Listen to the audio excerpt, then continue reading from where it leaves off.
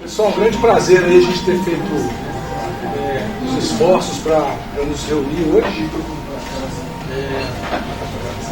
Eu e o Eduardo, a gente está conversando muito sobre estratégias para a gente conseguir disponibilizar para os nossos pacientes, né, que precisam dessa tecnologia, mais possibilidade. Né? E uma das formas que a gente vem observando que os pacientes têm conseguido ter acesso a essa tecnologia é através de um melhoramento, de uma intensificação do nosso cuidado intra-hospitalar. Muitas vezes os pacientes que acabam precisando de fazer a oclusão do apêndice atrial são pacientes que de fato sangraram. E esses pacientes, quando graves, né, eles chegam no hospital. Então, nada mais sensato do que a gente tentar cercar esses casos dentro do nosso hospital e é em comum acordo com toda a equipe assistencial do paciente a gente conseguir traçar uma estratégia que traga o melhor benefício para eles no longo prazo. Então, considerando isso, eu e o Eduardo achamos legal trazer para vocês algumas informações atualizadas sobre o dispositivo e os mecanismos, tanto do processo de sangramento, do processo de fenômeno tromboembólico, isso tudo que a gente vai estar falando um pouco. A ideia é ser bastante informal, que a gente possa estar discutindo, conversando, todos trazendo um pouco da experiência de vocês no âmbito de um TI, de cardio. A gente também chamou o pessoal da Neuro, o pessoal da Nefro, o pessoal da Hemato. Talvez alguns deles possam estar a caminho, mas é justamente para a gente poder estar com toda a equipe que encontra esses pacientes no dia a dia a par desse processo aí que a gente pode implementar para melhorar a evolução deles. Então, um dos maiores dilemas, né, que a gente tem nos nossos pacientes com fibrilação atrial crônica, seja permanente ou paroxística, é a questão do sangramento e uso de anticoagulação oral. A prevalência da fibrilação atrial vem crescendo e a tendência é que isso continue assim, com o envelhecimento populacional. Esses dados eu peguei do guideline da European Society, e mostrando aí em vermelho, né, os países que têm uma maior prevalência, chegando em verde com menor prevalência. Aqui a gente observa de fato que quanto mais velha a população, maior a taxa, né, de prevalência da fibrilação atrial, e chegando a níveis assim absurdos, da gente pensar que um em cada 3 pessoas provavelmente vai ter fibrilação atrial ao longo da vida. E aqui a gente tem toda aquela panaceia, né, de fatores de risco associados, sejam relacionados à idade, a aspectos étnicos, sexo masculino e a genética, e os fatores ambientais, é óbvio, né? E o que me chamou a atenção vendo esse gráfico aqui, de cara quando eu olhei assim, e vi realmente os Estados Unidos como sendo nitidamente o local que tem mais fibrilação atrial, me chamou muita atenção os fatores ambientais mesmo, né? Ou seja, obesidade, que lá é absurda, e aí junto com síndrome metabólica, diabetes, hipertensão e tudo mais, né? Então isso também eu acho que é uma coisa que chama muita atenção. Eu trouxe pra gente aqui, só para ter uma cor, tirando, né, do global para o regional. Tem um índio lá na Serra do Cipó, em Minas, que uma vez eu vi uma entrevista com ele, eu achei muito bacana. E ele falava, a gente tem que entender o mundo para poder fazer alguma ação local. Então é isso, é pensar global e agir local. Então eu peguei os dados de São José dos Campos para a gente trazer essa casuística, essa prevalência em nível global para local, para a gente saber onde que a gente está pisando. Então, se a gente considerar a população de 727 mil pessoas na cidade, estimada, né, esse censo de 2016, então estimado o crescimento para 2021, e considerando essa pirâmide etária, a gente estaria falando em torno aí de uns 400, 450 mil adultos, tá? Sem contar o vale, né? Eu estou falando aqui só da cidade de São José dos Campos. Então a gente estaria pensando aí, em termos de uma prevalência hoje, na cidade, entre 8.500 a 20 mil, de 2 a 4%. pode-se esperar de pessoas adultas com fibrilação atrial. E aí, quando a gente pega os pacientes que a gente atende, se a gente tira o SUS e os planos regionais, a gente está aí mais ou menos em torno de 25%. Uma estimativa, a gente teria pacientes atendidos no hospital potenciais em torno de 2.000 a 4.000 pacientes com fibrilação atrial. E aí, quando a gente está diante desse paciente, a gente está sempre pesando essa balança, né? Quanto maior o Chades-Vasque, maior a taxa de fenômeno tromboembólico. Por outro lado, quanto maior o Hasbled, também a gente aumenta essa taxa. É isso que a gente faz todo dia, né, na nossa decisão. Os estudos pivotais dos NOACs principais utilizados hoje, eles mostram uma taxa de sangramento anual beirando 2,5% a 3%. E, além disso, também isso é uma informação muito importante, que eu não tinha essa noção, quando eu fui rever essa casuística que eu vi, uma taxa de descontinuidade de 20% a 30%. Então a gente está falando aí de uma população de altíssimo risco tromboembólico. Eu estou considerando aqui pessoas que têm condição de usar, né? Porque também tem preço, a questão de custo. E varfarina, a questão social, que muitas vezes a pessoa tem indicação, mas é inviável você conseguir manter as pessoas anticoaguladas se não tem um serviço no SUS bem organizado para fazer. Então, se a gente pega sangramentos importantes e descontinuação, a gente está falando quase que 1/3 dessas pessoas podem, de fato, estarem desprotegidas. E aí, a gente teria, mais ou menos, tá, estimando entre 20 a 80 casos por ano dessa nossa população que a gente atende, chegando no hospital. E aí, essa que é a questão, que eu e o Eduardo sempre ficamos nos questionando a respeito disso. Já tem anos isso. A gente fez aquela primeira reunião, tem o quê? Uns 5 anos, né? 5 anos. Foi quando a gente fez o primeiro caso, que nós vamos mostrar hoje. Então, onde que esses pacientes estão, né? No sentido que, de fato, eles existem pela casuística internacional e que a gente talvez não esteja conseguindo atuar neles no nosso trabalho, no nosso dia a dia. E aí, vem toda a estratégia preconizada para se abordar um paciente que sangra em uso de NOAC, desde os sangramentos mais leves aos sangramentos mais graves. Porém, o que chama atenção também é que várias estratégias de você solucionar o problema, evitar que a pessoa venha a falecer pelo sangramento, e várias estratégias para como você vai voltar com o anticoagulante para ele. O que muitas vezes é algo que exige muita coragem, tanto nossa quanto do próprio paciente. E aqui a gente não vê, muitas vezes nas diretrizes atuais, a oclusão de apêndice central esquerdo como uma alternativa. E aí a gente tem, de fato, uma disparidade muito grande entre os guidelines, que são 2019 e 2020, com a prática mundial hoje nesse sentido.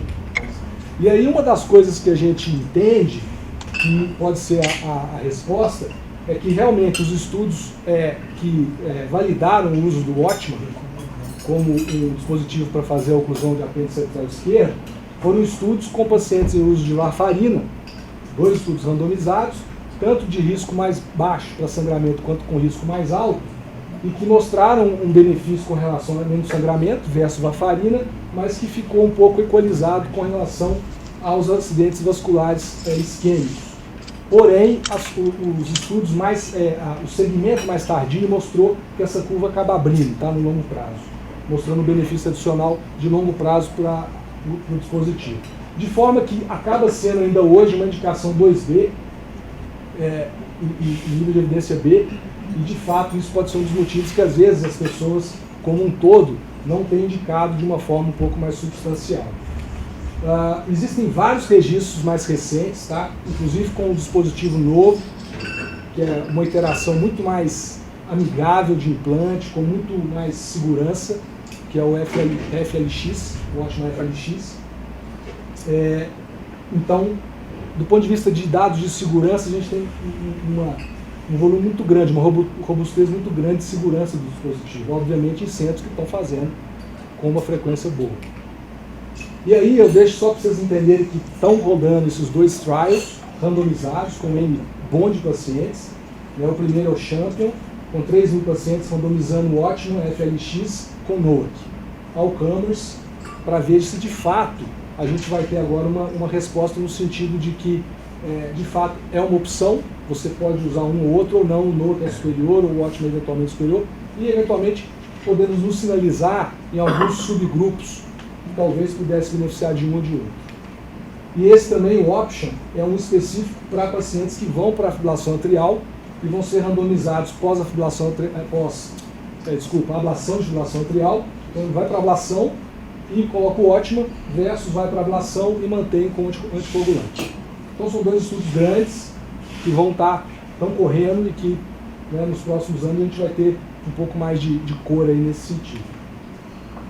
E aí, o que a gente traz de potencial beneficiário do dispositivo, quais pacientes poderiam se beneficiar? Hoje, alto risco de sangramento, desde o começo, tá? Paciente que talvez nem a gente fica até, poxa, será que eu não vou nem começar a anticoagulação para ele? Ou começa com medo realmente de ter um sangramento grave fatal, ou que já sangraram e que tem alto risco de recorrência. Paciente que tem um AVC isquêmico em vigência de anticoagulação, pode ser também um candidato.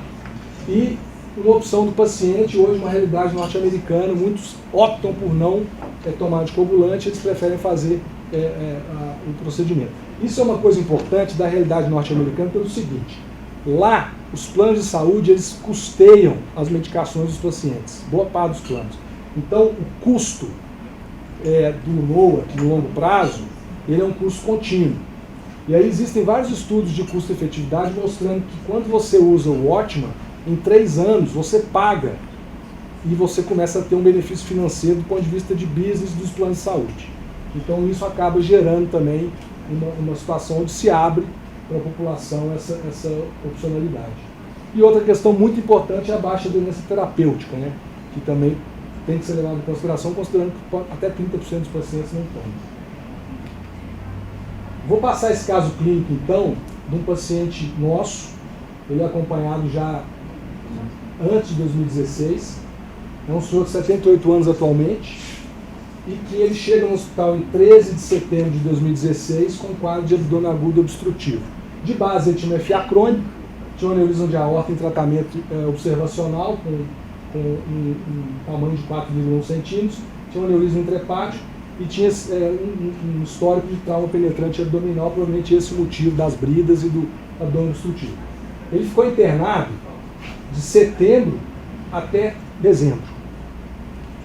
Ele teve pelo menos 2 cirurgias abdominais, ficou gravíssimo no UTI, foi para hemodiálise durante boa parte da internação dele, ficou entrando e saindo de FA contínua todo esse período, com altas doses de drogas vasoativas e sem anticoagulação, porque não tinha condição pelo quadro dele. Chegou a fazer uma HDA em outubro. Depois que ele estabilizou, aí a gente conseguiu então propor, conseguimos autorização e fomos para o procedimento. Enfim, no dia 12 de dezembro, o Eduardo fez a ablação e a gente implantou o Watchman na sequência. Ele teve alta hospitalar no dia seguinte. Ele internou novamente em 2020, com outro quadro de abdômen agudo obstrutivo, chegou a ter fístula, fez 3 cirurgias para lise de brida e correção de fístulas e saiu bem. E a última internação que eu revi no nosso prontuário foi em agosto de 2021, ele interna com uma FA paroxística e o eco transesofágico mostra a prótese ok, sem trombos. E o último contato foi essa semana, ele está super bem do ponto de vista cardiovascular, mas ele desenvolveu, depois dessas internações, uma polineuropatia grave. Eu acho que o Paulinho, acho que é o Carlos que acompanha ele no ambulatorial. Eu vou tentar mostrar ali agora para vocês. Eu vou passar aqui primeiro só as imagens que eu tenho do ano passado e depois eu mostro as imagens do procedimento. Aqui, ó, só para vocês terem, eu estou sem o computador. Aqui vocês vê o Watchman da auriculeta esquerda. Aqui é o lado esquerdo sem contraste, tá? Então você vê só realmente a prótese e sem contraste, a fase sem contraste. Aqui já a fase contrastada, eu fiz várias fotos de vários momentos aí da contrastação. Aqui a gente observa, ficou bem documentado, você vê a prótese bem aqui, ó, e aqui sem nada de defeito de perfusão, né, sem trombo nenhum. Aqui uma outra imagem. E aqui também uma outra imagem no plano sagitário. Então, se vocês verem, depois de 6 anos, como que a prótese está, e o paciente está desde então sem nada de anticoagulante e antiplaquetário. Eu vou mostrar para vocês rapidinho o procedimento. O procedimento é feito pela punção na veia femoral direita, preferencialmente. E aí a gente faz a punção transeptal. Existem vários critérios de altura para você conseguir acessar. O apêndice atrial esquerdo ele tem várias características e ele não é o mesmo em todas as pessoas. Então, essa avaliação pré é muito importante, tanto com o eco transesofágico quanto com o NTC, para você ver que tipo de apêndice atrial que é. Se ele é trilobulado, bilobulado, se ele é mais profundo, se ele é mais largo, eventualmente até contraindicando o procedimento, dependendo da anatomia dele. E aí a gente vai com o catéter, coloca o pigtail e faz as filmagens. Pode passar. A gente consegue, então, ter uma noção. É muito importante que o paciente esteja bem hidratado, porque como o apêndice atrial ele tem uma complacência muito grande, se o paciente está desidratado, você pode ter uma falsa impressão que ele está menor. E aí isso acaba subestimando o tamanho da prótese e pode gerar algum tipo de leak, o que vai atrapalhar ou até a soltura da mesma. Próximo. Então aqui a gente consegue algumas imagens para facilitar. É um procedimento, pessoal, que ele é muito pouco dependente da angiografia, né? Ele é muito mais guiado pelo o eco transesofágico também, tá?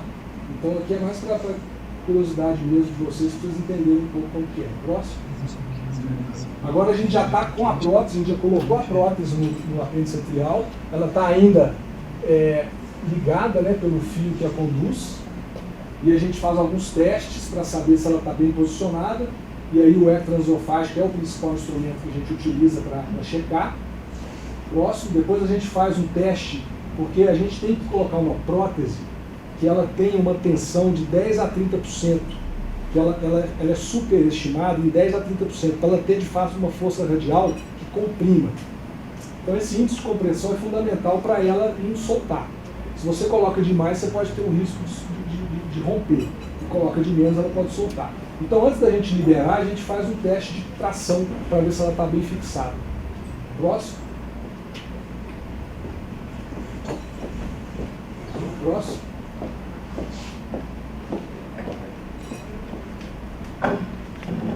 Próximo. Aqui a gente faz uma filmagem, fizemos uma filmagem final. Eu achei interessante essa filmagem, mais para vocês verem a relação com a coronária. E depois, próximo, tem um também que você vê mais ou menos tanto o lado esquerdo quanto o ventrículo, né, o posicionamento. E aí a liberação dela, próximo. Depois uma última filmagem. E aí a gente liberou, próximo. Mais uma, próximo. Isso, ela está liberada. Uma vez que você solta o fio, ela volta. Enquanto você está com o fio ali, ela fica um pouco tensionada. Então é isso. Qualquer dúvida que vocês tiverem, se quiser conversar um pouco agora, senão o Eduardo apresenta a parte dele e a gente conversa depois também. Bom, gente, boa noite.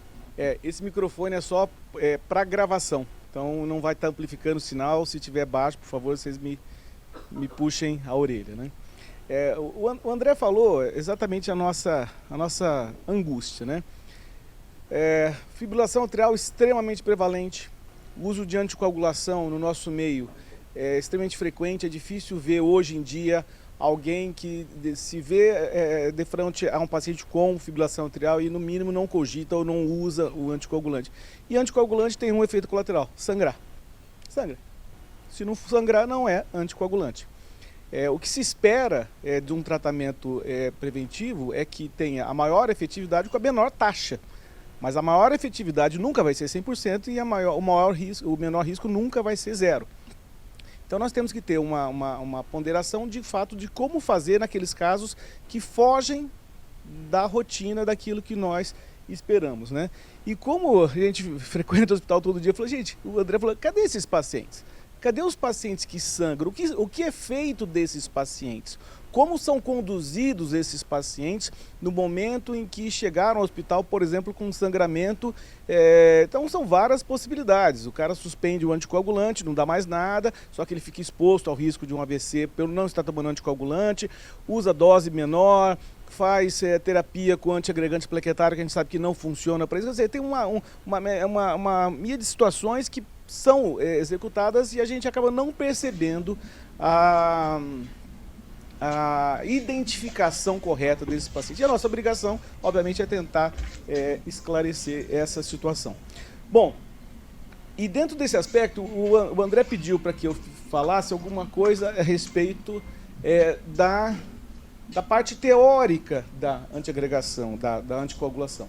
Todos vocês sabem que é no apêndice atrial esquerdo onde se encontram a maior parte dos trombos formados dentro da fibrilação atrial. Os motivos são vários: alterações do endotélio, aumento da adesividade plaquetária, modificação dos fatores de coagulação, estase, hipocontratilidade, enfim. Mas o fato é que essa região do apêndice atrial esquerdo é onde normalmente se formam os coágulos que vão acabar se desprendendo e gerar catástrofes.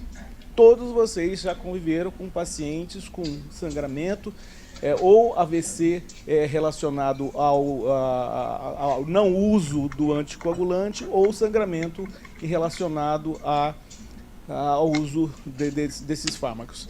De tal maneira que a gente sabe muito bem que os riscos relacionados ao episódio tromboembólico e os riscos de sangramento têm um fator fundamental que tem que ser analisado: anticoagulação. A mesma anticoagulação que é protetora, necessária, absolutamente indicada, é aquela anticoagulação que pode gerar problemas. Os fármacos hoje, a gente nem chama os novos anticoagulantes, que já estão bem instalados, os anticoagulantes diretos, né? Todos eles mostraram de fato uma superioridade em relação à terapia com varfarina. Não vou voltar a dar esses detalhes, vocês todos sabem, né? E de uma maneira geral, eles diminuíram em quase 20% o risco de AVC e embolia em relação à varfarina, que é o que nós tínhamos de melhor. Diminuiu bastante o risco de um AVC hemorrágico, diminuiu o risco de sangramento intracraniano e, fundamentalmente, diminuiu a mortalidade. Mas essa tabela que o André apresentou, ela é extremamente chamativa. Apesar de tanto benefício, 25% dos pacientes deixam de tomar o remédio, por diversas razões: custo, polifarmácia, sangramento, e as taxas de sangramento em geral em torno de 2 a 3,5%, e obviamente que essa taxa de sangramento vai aumentar de acordo com os critérios utilizados no RESBLED, que é um dos scores que se analisa o sangramento. Então, quanto maior for o RESBLED, maior a taxa de sangramento. E o que nós fazemos quando o paciente sangra? Como esse paciente com uma hemorragia conjuntival relativamente importante, pacientes com uma hematúria maciça. Eu peço desculpa para vocês de algumas slides que não são adequados para esse momento, mas nós estamos falando sobre um problema sério. O paciente nos manda isso. Paciente com uma polipose bastante importante, com um quadro de hematêmese muito intensa, enfim, melena muito intensa. Então, o que nós colocamos para os pacientes e orientamos é que eles não precisam conviver necessariamente com esse risco, né? Entre a cruz e a espada, entre suspender o anticoagulante, ter um episódio tromboembólico, ou usar um anticoagulante que, mesmo que você volte a prescrever, eu duvido que um desses pacientes volte a tomar. Você pode prescrever, mas não toma. Quem toma tem sangramento tem muito medo.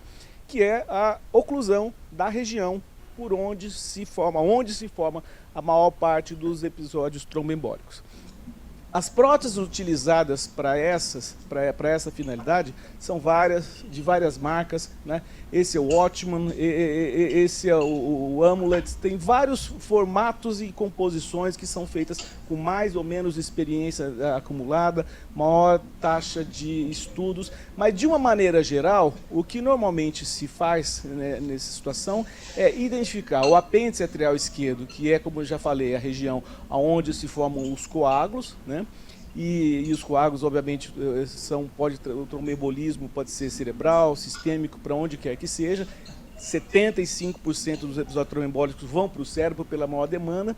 E esquematicamente, o procedimento, como o André já falou, ele é um procedimento intervencionista. Nós puncionamos a veia, entramos aqui no ato direito, fazemos uma punção do septo intra-atrial, caímos no ato esquerdo, tá? Através de um pigtail a gente cateteriza aqui o apêndice atrial esquerdo, posicionamos. Nesse momento, aquilo que o André falou, não só a imagem radiológica, mas fundamentalmente a ecocardiografia. Aliás, faço aqui meu agradecimento pessoal da Lírio, que sempre ajuda a gente nesses procedimentos, na identificação da mensuração correta, da dimensão correta do dispositivo, percebendo se tem ou não leaks, fugas por onde possam entrar ou sair coágulos nessa região, de tal maneira que essas medidas nos ajudam fundamentalmente a identificar qual é a dimensão correta da prótese. A tomografia pode ser usada para isso também de uma maneira bastante importante. E o fato, uma vez medida, dimensionada, nós utilizando a prótese de uma maneira correta, expandida de maneira correta, nós temos um resultado com uma oclusão perfeita. E esse é um dos casos que a gente fez recentemente, em que aqui a angiografia do apêndice atrial esquerdo, aqui está ruim pela imagem, mas enfim, o dispositivo está sendo colocado exatamente isso, tampando os dois lobos. Aqui tem um lobo inferior que precisa ser tampado também, e aqui o resultado final do apêndice, mostrando que de fato não há, aqui o ato esquerdo contrastado, isso aqui é o contraste, não chegando nesta região do apêndice atrial, ou seja, mostrando de fato o sucesso. É claro que esse resultado é o resultado posterior pela tomografia, e o que nós utilizamos na prática, no dia a dia, na rotina, é a ecocardiografia transesofágica. Os estudos que nos trouxeram até aqui foram estudos que foram aumentando a complexidade do desenho. Então, primeiro é para ver a segurança, a eficiência, riscos, e foram estudos que foram chegando num determinado momento e que nos permitiram, inclusive, ter hoje uma confiança muito grande na tecnologia, né? Entre as primeiras versões e as versões atuais, o que se observa atualmente é que a segurança da instalação desse dispositivo é muito grande. No caso do Watchman, que é esse da Boston, a taxa de complicações intra-hospitalares de 0,5%, é bastante baixo, tá? Um ganho de qualidade em relação à performance desses oclusores, quando comparado aos estudos que eram feitos com os modelos anteriores, né? De tal forma que você consegue, na imensa maioria das situações, conseguir a oclusão de um apêndice, tá? Com uma taxa de trombos relacionados ao apêndice bastante baixa e um fechamento completo de mais de 90% dos casos, tá? E isso gera uma segurança a possibilidade de tirar o anticoagulante em mais de 96% dos casos, e dando para a gente uma performance bastante adequada, mesmo em anatomias complexas. Porém, a gente está falando de um oclusor, de uma prótese, mas isso, o Kleber sabe bem melhor do que nós, em que cirurgicamente isso pode ser realizado. Em algumas situações pode e deve, né? Esse estudo, o LAUS 3, é um estudo que analisou mais de 4.600 pacientes que tinham fibrilação atrial e eram indicados para cirurgia cardíaca para diversas finalidades, revascularização, troca valvar, enfim. E que se analisou, se randomizou esses pacientes para fazer a oclusão cirúrgica concomitante ao procedimento e aqueles que não era feita. E todos esses pacientes que já tinham fibrilação atrial, o Chagas Vasque alto, eram estimulados a continuar tomando o anticoagulante. Então foram mais de 4.800 pacientes em torno do mundo todo. E o que observou-se aqui foi uma manutenção da anticoagulação bastante semelhante, tanto naqueles pacientes que fizeram a exclusão cirúrgica do apêndice, como aqueles que ficaram com o apêndice ainda. E o resultado foi bastante marcante. Nos pacientes em que houve a exclusão cirúrgica, houve uma redução de risco relativo de 33% de redução de risco de AVC, certo? Isso é bastante significativo, um P bastante significativo, de tal maneira que na cirurgia cardíaca, pacientes com fibrilação atrial que são submetidos a uma cirurgia de qualquer monta, em tese, deveriam ser considerados como candidatos à exclusão cirúrgica. Depois eu vou querer as suas opiniões, viu, Cléber? O André já mostrou, apesar de tudo isso, apesar de todas essas evidências, apesar de todo aquilo que a gente observa nos registros, as indicações para oclusão de apêndice são modestas. 2B. 2B não dá vontade de fazer muita coisa não, né? Tanto na europeia como na americana, mas fundamentalmente porque nenhum desses estudos inclui os pacientes não elegíveis à anticoagulação. Quando você faz uma comparação entre oclusor de apêndice e anticoagulante, o critério de inclusão é o paciente tem que ser elegível ao uso de anticoagulante. O paciente que tenha, por exemplo, já sangramento, que esteja excluído, esse paciente não foi estudado. Então, esse 2B, na minha opinião, ele é um erro metodológico, porque não foram contemplados os pacientes que de fato precisam, os pacientes que sangram, né? É a velha história dos estudos. Os estudos randomizados são lindos, maravilhosos, né? Eles são organizadinhos, bonitinhos, não pode grávida, não pode isso, não pode... Tá, ok, nenhum problema quanto isso. Mas vai no mundão de meu Deus. Vai no mundo real, vai ver aquele paciente que já teve aquele sangramento, em qual estudo ele seria colocado. E esses pacientes estão aí.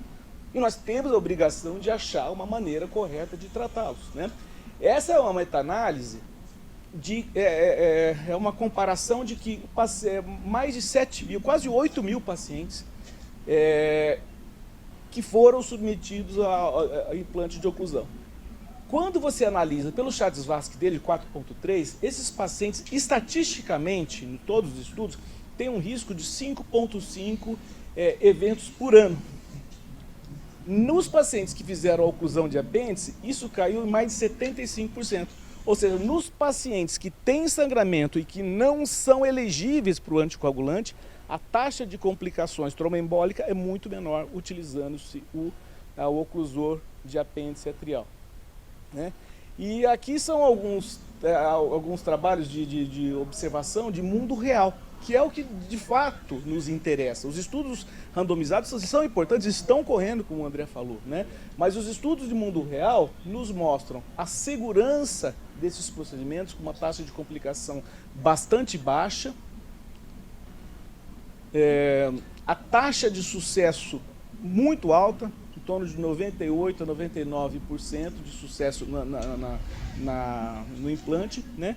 E desfechos bastante equivalentes a todos aqueles trabalhos que foram realizados anteriormente. De tal maneira que, quando ocluído o apêndice atrial, uma taxa de AVC ao ano de 1,2% utilizando-se o oclusor de apêndice.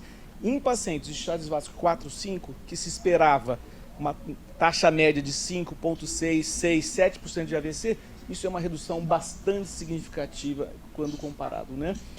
Então, eficiência e segurança ao mesmo tempo. As complicações existem? Não há procedimento de intervenção sem riscos, não há. Mas, em geral, a taxa média de complicações é bastante baixa, a taxa de tamponamento, de sangramento, de trombos é muito baixa. E os estudos hoje que estão sendo conduzidos vão trazer para a gente, de fato, sim, algumas respostas que nós ainda não temos. É melhor usar anticoagulante oral ou é melhor utilizar o oclusor? Nós não temos essa resposta hoje, né? Então nós não temos hoje condição de deixar como uma opção terapêutica. Nós utilizamos fundamentalmente naquelas situações onde a gente sabe que o uso do anticoagulante tem algum grau de limitação. Existem mais de 80, são quase 90 trabalhos que estão sendo conduzidos ao longo do mundo, né? E o que hoje nós temos de resultado e segurança é que, utilizando o oclusor, nós podemos ter duas opções de regime de prevenção tromboembólica depois do implante. Um regime que é você usar um anticoagulante por um curto período, né? 45 dias, depois usar uma dupla antiagregação durante mais 6 meses e depois o paciente ficaria com aspirina ao longo do tempo, né? Ou não usar mais nenhum tipo de anticoagulante, usando dupla antiagregação durante 6 meses e depois aspirina. Mas há aqueles pacientes que não pode usar nada. Pois é, esse paciente ele ficou 3 meses internado porque ele tomava o anticoagulante A, sangrava. Tomava anticoagulante B, sangrava. Dava aspirina, sangrava, não podia tomar nada. Então você tem uma hora que você fala, o que eu posso fazer? Eu vou colocar o oclusor de apêndice e não vou usar nada. É correto isso? A empresa autoriza? Não, é completamente off-label. mas é o que dá para ser feito em alguns pacientes. Tem hora que você tem que ser médico, você tem que simplesmente atuar e, ok, se eu pudesse usar anticoagulação, ele não estava internado durante 3 meses. E ficou muito bem, obrigado, mas não é, você tem que usar algum grau de proteção. Os problemas relacionados ao mau dimensionamento da prótese existem, né? Mas essas próteses atuais, elas têm uma gama de opções e de catéteres de entrega, curvas, guias, né? E com a ajuda do eco transesofágico, então isso fica muito mais fácil a gente colocar de tal maneira que não deixe lobos descobertos, não deixe leaks abertos por onde podem haver passagem de sangue e o risco de tromboembolismo. Porque o que se sabe, quanto maior for a taxa desses leaks e quanto maior for a dimensão desses leaks, maior é o risco do paciente continuar tendo episódio tromboembólico, que é tudo aquilo que a gente menos queria, né? Eu queria mostrar um caso que para mim é emblemático, né? É um paciente de 55 anos de idade, portador de fibrilação atrial de longa duração, com muita dificuldade na anticoagulação, diabético, insulino independente, insuficiência renal pré-dialítica, uma doença coronariana já tratada, né? E a primeira vez que eu vi esse paciente foi muito feia a minha apresentação, coitado, porque eu abri a porta, chamei, ele veio com a esposa, segurou na mão da esposa, e ele veio e ele enfiou a cara na quina da porta do consultório, mas ele meteu a cara e falou, puxa vida, e eu falei, doutor, eu estou cego.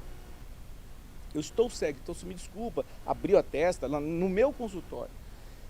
E ele dizia, falou, eu estou tendo hemorragias oculares, vítreas, de repetição. E cada vez que eu sangro, eu fico 30, 40 dias completamente cego, né? Não vou, enfim, estava em fibrilação atrial, o neurológico dele normal.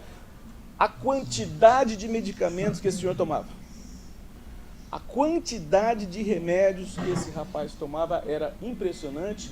Está ruim aqui, mas acreditem, é um ritmo de fibrilação atrial com frequência ventricular controlada, ecocardiograma, uma fração de ejeção de 45%, um átrio com aumento discreto para moderado, não chamava muita atenção, enfim, e trazia vários exames mostrando sangramento retiniano. Mas quando eu falo vários, são vários, que cada um desses sangramentos ele fazia uma retinografia e trazia mostrando hemorragias graves e ficando cego. E é um paciente com um Chades-Vasque bastante elevado, com uma taxa média de risco anual de 4% de episódio tromboembólico, né? E um Resbled que é também muito alto. Na verdade, eu nem calculo o Resbled daquele cara que sangra. Eu não entendo para que calcular Resbled do cara que sangra. Resbled é um índice para avaliar o risco de sangramento. Mas ele já sangra. Mas a gente põe por educação, enfim. Então, um paciente com um Chades-Vasque alto e um Resbled bastante elevado, né? Nesse momento, a gente sabia que os anticoagulantes estavam indicados, a varfarina complicada pela labilidade, ele tinha tido sangramento, mesmo com varfarina com 1,7, com antiagregante que não protege de episódio tromboembólico também tinha sangrado, com AS isolado sangrado, ou seja, sangra com tudo, sangra com tudo. Então, dentro das opções, o que a gente achou mais prudente? Então, tentar tirar o fator que gera mais preocupação, que é a fibrilação atrial. O átrio não era tão grande, a gente tinha uma chance ainda de reverter a fibrilação atrial e, ao mesmo tempo, fazer a oclusão do apêndice atrial esquerdo e tentar livrá-lo do uso de anticoagulante, tá? Isso está indicado já em diretriz já há bastante tempo, enquanto você não precisa anticoagular, mas não consegue por algum motivo, o oclusor de apêndice já nem é uma opção, né? Aqui é o mapeamento eletroanatômico, aqui são as veias pulmonares, as linhas que nós fazemos da ablação em torno das veias pulmonares, circunscrevendo os focos de arritmia dentro das veias, né? E aqui o eletrocardiograma antes da ablação, fibrilação atrial e resgatando o ritmo sinusal que tem acreditem, né? Apesar de estar ruim a imagem, ele reverteu o ritmo sinusal. E aqui, depois da ablação, ao mesmo tempo, aquilo que o André falou, a gente colocando aqui, fazendo uma angiografia do apêndice atrial esquerdo, vendo morfologia, inclinação, profundidade e aí colocando o oclusor de apêndice e liberando o oclusor na região guiada mais uma vez. Esse paciente, acho que você estava junto.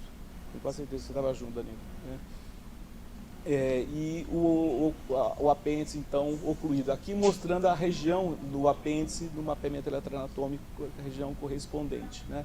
O apêndice atrial aqui olhado a válvula mitral, às vezes direita, às vezes esquerda, o apêndice olhando de frente e a colocação aqui.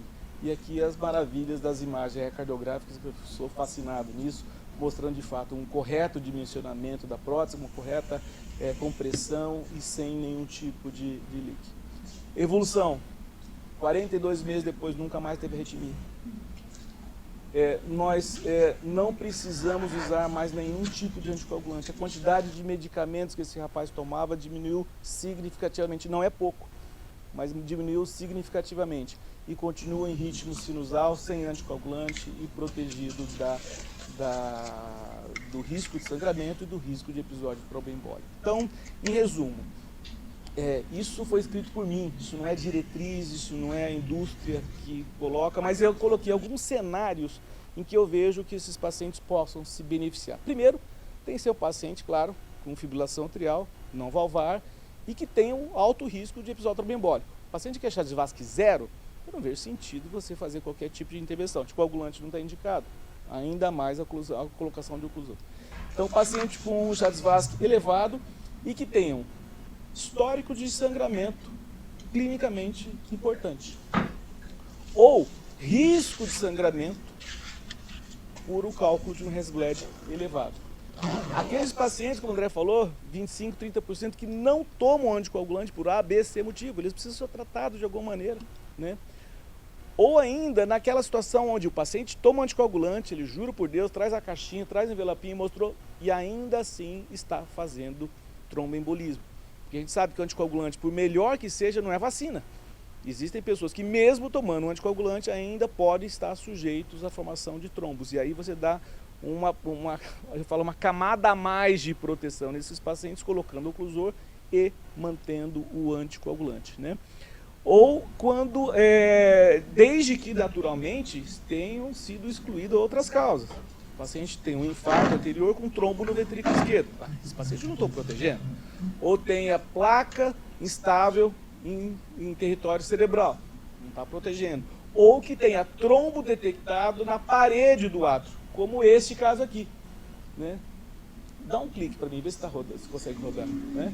Esse é o paciente que ia fazer um procedimento de ablação e tinha um trombo bem no teto do átrio esquerdo. Esse é um paciente que nós até tínhamos considerado a possibilidade de colocação de um oclusor de apêndice, mas perde o sentido na medida que esse paciente vai ter que ficar anticoagulado de qualquer maneira depois. Então não é um paciente que tenha não seja de fato candidato a isso. Claro, existem situações em que você simplesmente sabe que não vai ter nenhum tipo de benefício. Então é isso, assim, a constatação do problema, o dimensionamento do problema como o André fez. E mais do que isso, que nós, envolvidos no atendimento hospitalar ou ambulatorial desses pacientes, possamos pensar que sangramento nesse grupo de pacientes não significa, como conduta isolada, suspender o fator causal. Porque você resolve o problema do sangramento, um belo dia o paciente tem um AVC ou pior, morre, enfim, né? Então é nossa responsabilidade divulgar que existe sim uma terapia eficiente, segura, custo-efetiva e que pode trazer uma mudança no panorama de vida, como esse paciente que o André mostrou, como esse paciente que eu mostrei e como tantos outros que podem ser conduzidos por nós. Gente, agora assim, é um bate-papo, acho que todas as dúvidas, questionamentos, críticas, estamos aqui para de fato levantar a opinião de vocês e entender o que nós podemos fazer de melhor. Agradecer o pessoal da Boston, muito obrigado pelo apoio, acho que sem o suporte a gente não consegue fazer esse tipo de reunião científica e parabenizar pelo profissionalismo, pela entrega e pela ajuda que dá sempre para a gente. Muito obrigado. Ô Kleber, fala para nós a sua experiência na cirurgia. Vocês têm, de forma sistemática, fechado e tal ou não? Como é que é isso? André, fala no microfone para poder... Não, na verdade ele já está. Ah, já tá. Só quem for responder usar o... Só quem responder falar aqui no microfone para gravação. Depois isso vai ser gravado e a gente passa para cada um de vocês, se quiser passar para outras pessoas, divulgar, enfim. Né? Bom, primeiramente, boa noite a todos. Eu quero parabenizar o André, o Eduardo pela excelente exposição no assunto, né? E pela iniciativa da indústria também, da Boston, nos proporcionar esse tipo de encontro que é muito importante. Bom, o Eduardo comentou muito bem em relação àqueles pacientes que indiscutivelmente teriam indicação para o fechamento da auriculeta esquerda, né? Na sua maior parte, os pacientes portadores geralmente de valvopatia mitral, que têm uma fibrilação atrial crônica e que já fazem uso regular de anticoagulante oral, seja varfarina ou um desses NOACs, né? Então, nesses casos, sistematicamente nós, ao realizar o procedimento principal, uma plastia mitral, uma troca valvar mitral, a gente acaba fazendo a oclusão, o fechamento cirúrgico da auriculeta esquerda. Para nós é muito confortável, porque a gente está fazendo isso sob visão direta, né? A gente só traciona a auriculeta esquerda para certificar de fato o que é. Quando o cirurgião olha frontalmente a válvula mitral, a auriculeta esquerda geralmente está na posição de 10, 11 horas. E a gente costuma fazer ou uma sutura em bolsa de tabaco, que é o mesmo princípio de fechamento de apendicecal, quando a gente faz uma apendicectomia. A diferença é que, ao invés de fazer essa sutura na parede externa da auriculeta esquerda, a gente faz essa sutura na face interna. A outra alternativa é fazer uma sutura linear, tanto faz. Bom, e aí vem o dilema nos casos dos pacientes que eventualmente não tinham fibrilação atrial crônica e eventualmente podem evoluir com fibrilação atrial aguda no pós-operatório imediato. Aproximadamente 7% de todos os pacientes que fazem uma cirurgia cardíaca podem evoluir com uma FA no pós-operatório. Na sua maioria acaba revertendo, né, com tratamento terapia medicamentosa, mildarona, dose de ataque e manutenção em bomba de infusão, ou eventualmente você pode fazer uma cardioversão elétrica no pós-operatório imediato. Mas o André levantou uma questão até recente, né, André? E daí eu acho o quão é importante a presença de um heart team no hospital, porque a gente tem a possibilidade de discutir. Eu acho que o André vai lembrar muito bem desse caso. Nós tivemos a oportunidade de operar um adulto jovem, um paciente masculino, que tinha uma valvopatia mitral, uma estenose mitral, não tinha um átrio esquerdo tão grande, estava em ritmo sinusal. Nós fizemos a troca valvar mitral e, infelizmente, no pós-operatório imediato, esse paciente acabou fazendo uma FA, fibrilação atrial aguda, que acabou se perpetuando, tornou um fibrilador atrial crônico. Na ocasião, a gente estava na UTI, eu não lembro se era o bloco 4 ou o bloco 5, o André fez o seguinte questionamento: Kleber, por que não sistematicamente fechar né, todas as auriculetas esquerdas? O argumento que eu dei na época: André, esse paciente estava em ritmo sinusal, não tinha nenhum evento de fibrilação atrial anterior. E o que a gente tinha na literatura é que, a médio e longo prazo, quando você fazia uma sutura dessa, além do risco, né, não vou nem dizer que aumenta o tempo cirúrgico, porque para o cirurgião é muito rápido fazer essa rafia, mas existia uma tendência da deiscência dessas suturas, principalmente as suturas em bolsa de tabaco, né? E esse paciente evoluiu, e daí eu enfatizo novamente a importância do heart team no hospital, porque desde então todos os pacientes que a gente tem operado no hospital, que vão para a cirurgia valvar mitral, não os demais casos, revascularização, mas os pacientes que a gente já abre o átrio esquerdo, a gente sistematicamente tem fechado a auriculeta esquerda, mesmo nos pacientes que estejam em ritmo sinusal no período pré-operatório.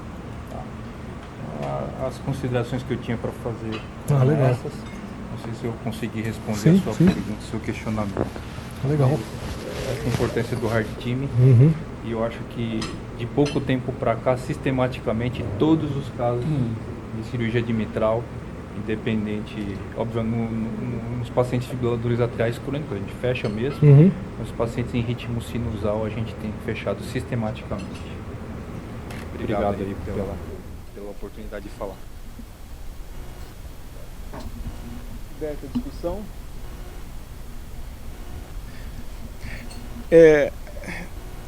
Quando a gente vê um paciente que sangra tomando anticoagulante, né, a gente intuitivamente a gente abre uma árvore de decisões na nossa mente, né? O que eu vou fazer? Não, foi um sangramento anal que foi lá, é uma hemorroidinha, vai lá, trata e continua tomando o mesmo anticoagulante. É uma coisa simples se você tiver uma causa removível. Não, eu vou diminuir a dose do anticoagulante para uma dose menor, off-label, né?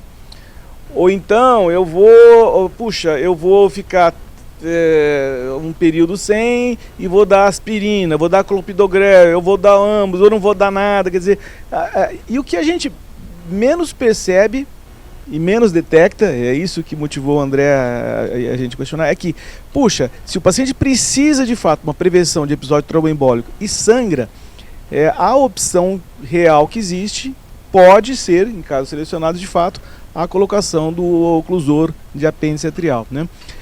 Agora eu queria perguntar para vocês que vivem dentro do hospital, por que vocês acham que isso se pede dentro do hospital? Qual é a razão? Você acha que isso é uma responsabilidade do intensivista, do cardiologista, do clínico, ou do gastro que atendeu por causa do sangramento digestivo, ou do uro que atendeu por causa de um sangramento urinário? Porque pro uro, tira o remédio, claro, óbvio, né? Pro gastro, para de tomar essa porcaria. Mas de uma maneira geral, os intensivistas e os clínicos e os nefros, todos estão envolvidos nessa decisão, especialmente quando o paciente está internado. Qual o feeling de vocês? O que vocês acham que acontece? É claro que não é uma resposta única, né? Mas qual é o feeling de vocês? Paulão, o que você acha? Eu acho que uma das dificuldades, eu estava até pensando durante a apresentação também aqui, uma das dificuldades eu acho que é você realmente definir o limite do sangramento grave. Acho que, lógico, o cara que sangra no nervo central, não tem dúvida, grandes sangramentos com necessidade de hemotransfusão volumosa, não tem dúvida. Agora, a hematúria, o que a gente vê no dia a dia, né? O cara tem hematúria, para o anticoagulante, parou o sangramento, tenta voltar ao anticoagulante, não voltou a sangrar, rua, né? Eu acho que isso talvez é uma dificuldade. Nos casos extremos fica fácil decidir. No caso do dia a dia, o mais comum, graças a Deus, os pacientes não sangram grandes sangramentos com tanta frequência, né? Pelo menos a nossa realidade lá não é tão comum, né? Eu acho que é isso. E até eu ia fazer uma pergunta, inclusive, em relação a isso, assim, nesse paciente que a indicação não é tão formal assim, qual é a dificuldade que a gente tem em realmente autorizar o implante do dispositivo, tudo, porque eu acho que, assim, se a gente pegar uma curva ali de Gauss, o grosso vai ser aquele paciente com sangramentos não letais, né? Mas que a gente sabe que na recorrência pode ser grave, né? Principalmente digestivo, né? Então acho que é isso. Em primeiro pensamento eu penso isso, assim, é definir realmente qual que é a linha de falar, não, isso aqui acho que já dá para pensar no assunto mesmo. E acho que é por aí, não sei se alguém tem alguma outra opinião também. Eu acho que o que você comentou é muito de expor, eu já estou com... de expor talvez, num caso desse de uma hematúria franca, num paciente que cai a hemoglobina, não chega a precisar transfundir, mas cai de 14 para 10, enfim, pode ter uma segunda e aí vai para 7, 6 e pode instabilizar. Talvez ele não ter alta sem ter a informação que existe essa opção, né, que não obrigatoriamente tem que ser feita naquela internação, mas que existe essa opção e deixar isso claro e eventualmente quando ele volta para o cardio dele clínico, ele já leva essa informação para o cardio também e tudo. E talvez a gente como equipe, né, dentro da filosofia do hospital, do círculo de cuidados, a gente talvez monitorizar para entender se de fato o paciente compreendeu, se ele teve a opção de dar a opinião dele, de ver os prós e os contras, talvez numa fase até fora do hospital, que às vezes no hospital ali é muito difícil, até para ele tomar uma decisão, e se ele está bem, né, aí ele não vai ter por que também tomar essa decisão na mesma hora. Eu acho que duas coisas que eu penso nessa linha que você falou. Primeiro é que eu acho que eu odeio prevenção secundária. Acho que prevenção secundária você já falhou uma vez, né? Isso vale para tudo, medicina, né? Prevenção secundária é assim, cara, você tá contando com a sorte, já sangrou, entendeu? Assim, a segunda bola para trás é mais difícil, né? Mas acho que tem isso, né? Tentar sempre trabalhar com prevenção primária em tudo é o ideal, né? E em FA a gente sabe que isso é complicado, né? Tudo vem, é igual o fechamento de FOP, né? Já teve um AVC. Pô, já teve, caramba, não era para ter. É difícil, né? A decisão não é tão fácil também, você não sai botando dispositivo em todo mundo. Mas outra coisa é essa questão do ambulatorial. Me incomoda também, falar a verdade. O cara vai embora para casa, entendeu? Não, e outra coisa, você vai rezando para ele não ter outra vez, entendeu? Ele sai do seu controle hospitalar ali. Então acho que isso é uma dúvida que talvez seja legal a gente discutir, a questão prática, assim. Olha, os casos que são mais, entre aspas, mais tranquilos a gente conseguir colocar no hospital, na internação, o que não é, entendeu? Não sei, isso eu confesso que eu não tenho nenhuma experiência, até porque o nosso N é pequeno, né? Não é grande, né? Eu me lembro de dois pacientes recentes. Um era um paciente com, se não me engano, o pessoal da UTI que vai lembrar, paciente com tumor, eu acho, hepático, que também tinha FA crônica e anticoagulado e sangrou. O paciente, eu não sei nem se ele sobreviveu, eu acho que ele estava muito grave. Eu acho que 1 ou 2 meses depois ele faleceu. Tá, isso. Então era um caso realmente difícil. E o outro era um senhor recente, um nonagenário, complexo também, que eu acho que também veio a óbito também, né? De bexiga, isso. A gente chegou até a propor, na verdade, Sim. a questão da oclusão, mas por avanço Preocupa da não. doença também de base, Isso. não conseguiu chegar na Isso que você falou é uma coisa que quando começou a aumentar a indicação dos anticoagulantes, especialmente de ação direta, porque antes a gente anticoagulava isso aqui, varfarina, porque o resto a gente não queria encrenca. Quando a gente começou a usar mais, começou a ter, óbvio, mais sangramento. Número de, não que sangre mais que a varfarina, mas mais casos de sangramento, que foi mais democratizado. O que teve de caso de CA de bexiga, CA de rim, CA de intestino, que foi detectado por este sangramento milagroso, é impressionante, né? Então, assim, cada um de nós possivelmente vai lembrar de alguns casos em que o sangramento desmascarou uma patologia de base. Então, quando eu vejo um sangramento como esse, eu falo, bom, aquela patologia, ela é tratável, curável? Eu consigo resolver aquele problema? Um hemorroide? Consigo resolver? Sim. Se não consigo, qual é a chance de, se eu não consigo resolver e vou ter que manter o anticoagulante, de voltar a ter sangramento? Muito grande. Se eu não consigo tirar a causa predisponente ao sangramento, que é anticoagulante mais alguma coisa, e eu vou ter que dar anticoagulante, por que eu vou acreditar que não vai sangrar se já sangrou com a mesma dose, a mesma doença? Né? Hoje de manhã passou um paciente comigo e ele foi encaminhado para fazer a ablação de fibrilação atrial. 56 anos, jovem, um pouco obeso, hipertenso controlado, para fazer a ablação, e fiz o inquérito. Ele já teve sangramento? Não, doutor, não, tive sim. Quando eu detectei em dezembro, eu comecei a tomar anticoagulante, daí tive o sangramento da urina. Aí fui no urologista, ele detectou um cálculo no meu rim, que eu não sabia, nunca doeu, nunca senti nada. Eu tô com duplo J, inclusive, e continuo sangrando. O sangramento não é grande, a hemoglobina dele tá boa, o sangramento não é tão intenso assim, mas eu vou submeter esse paciente a uma ablação. qual é a chance que eu vou saber que o sangramento dele vai se comportar exatamente da mesma maneira daqui 1, 2, 3, 5 anos? O fato de o sangramento hoje não ser maciço não significa que não possa ser. É o calibre do vaso, né? Dá uma migrada num cálculo desse, dá uma arranhada, ou quando é um tumor, ou quando é um pólipo. Pode ter sangrado pouco hoje, mas isso nos dá a segurança que toda vez que tiver sangramento vai ser daquela mesma monta. Então, sangrou, já a antena já tem que ligar. Aquilo vai ficar assim sempre? Quem sabe? Né? Então, olha, você veio para uma ablação, eu indico a ablação, está indicado, ok? Mas tem que se considerar de fato a possibilidade de já fazer uma oclusão de apêndice arterial esquerdo, porque eu não sei como vai ser o desfecho. Se eu tivesse uma bola de cristal de lá para trás, daqui a 1 ano, eu sei que a ablação dele foi efetiva, ele foi curado, e nem precisa mais tomar anticoagulante. Eu ocluía todo. Ou não, ele ficou ainda com alguma coisa, teve recorrência, Chasvasque 3 a 4, preciso ainda continuar com o anticoagulante, o cara sangra. Se ele sangrar e tiver fibrilação atrial, aí nós estamos em apuros. E daí tem que suspender o anticoagulante e ele vai ficar sujeito a episódio tromboembólico por eu não ter feito o tratamento.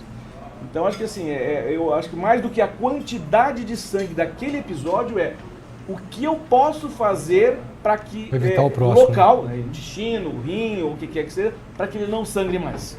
Eu acho que o ponto principal é a gente criar esse protocolo de sempre que tiver um paciente, né? Isso que eu conversei com o Flávio e tudo, né? Que muitas vezes vocês vão vir da UTI, vão ver primeiro o Jonathan do PA, e aí chega para a gente da cardio, a gente já cerca, né? E já identifica se é um sangramento que tem uma causa específica, que dá para resolver e tudo, e a gente entra e joga no grupo, né? E consegue atuar rápido.